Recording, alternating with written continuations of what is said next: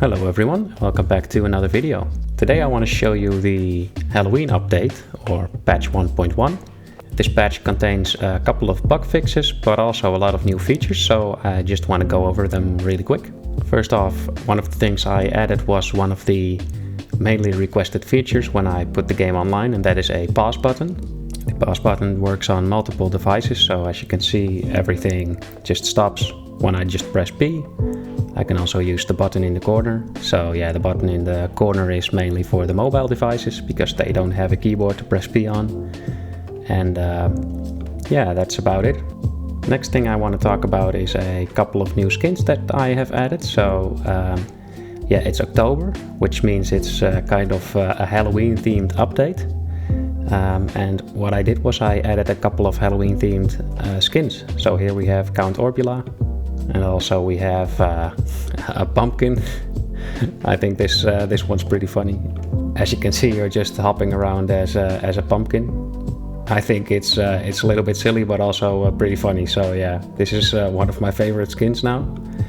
Other than that, I added a Orbenstein, which is like the Monster of Frankenstein parody skeleton wizard. Well, might not be that original, but I thought it looks pretty nice, so I added it in.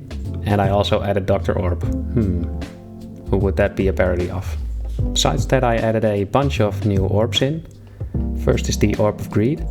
The Orb of Greed has a unique shape to it. I made it look like a hand because I think it's kind of symbolic a little bit for greediness or something. And yeah, the effect is that you only have 1 health, but you get double gold. So this is great for people who are stuck on a level, which they can complete quite easily, but they want to farm up some gold. Yeah, this orb can just make it so that you can farm levels quicker. Next up we have the Orb of the Hero. This is an orb which I took inspiration from the Legend of Zelda series from, where you have the Master Sword which deals ranged damage when you have full health. This orb does something similar. It deals double damage when you're at full health. So as you can see, I can one-shot all of these guys. But if I just take 1 damage, then all of a sudden, well, I'm still one-shotting. As you can see here, I'm one-shotting all of these mobs, but if I take a little bit of damage, like now, I all of a sudden cannot one-shot the fly enemies anymore. Next up we have the Orb of the Vampire. This is a little bit more Halloween themed, but this was also one of the orbs that I was teasing in the beginning when I released the game. But what this orb does, it has a small chance to siphon health, so well, if I just take some damage here, as you can see I have 13 health now, but if I just kill a bunch of guys,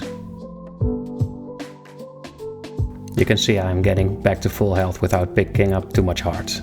Next up we have the Orb of the Necromancer. This is one I enjoyed most making. What this orb does is it has a small chance to summon a zombie ally. As you can see, we have a little zombie walking around here.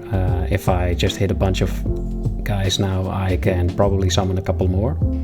And the behavior of the zombie is that they just walk around aimlessly because they're quite dumb. I didn't want to make them too strong. They do a pretty big amount of damage, so they are quite helpful, I think. But yeah, I didn't want to make them too strong. And also, apparently they're quite holy because they are able to walk on water.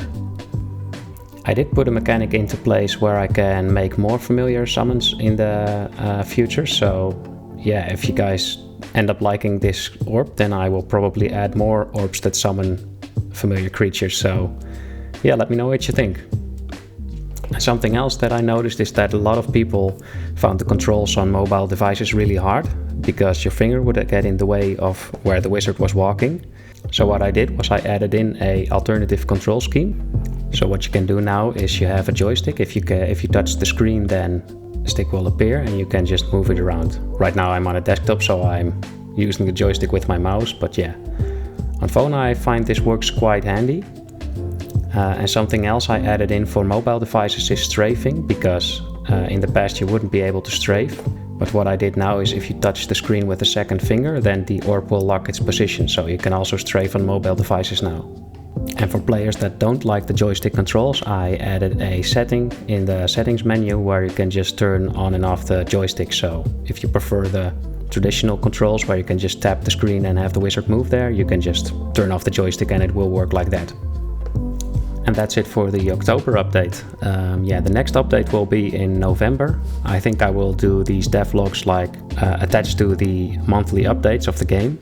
The other devlogs will be dedicated to my other game, Head Wizard. And yeah, I think in November I will be adding the endless arena mode with the random level generation and also the random wave generation. Anyway, if you want to give this update a try, then feel free to download it on iOS or Android or play it in your browser. I put links in the description of this video. Other than that, I hope you enjoyed the video and I'll see you next time.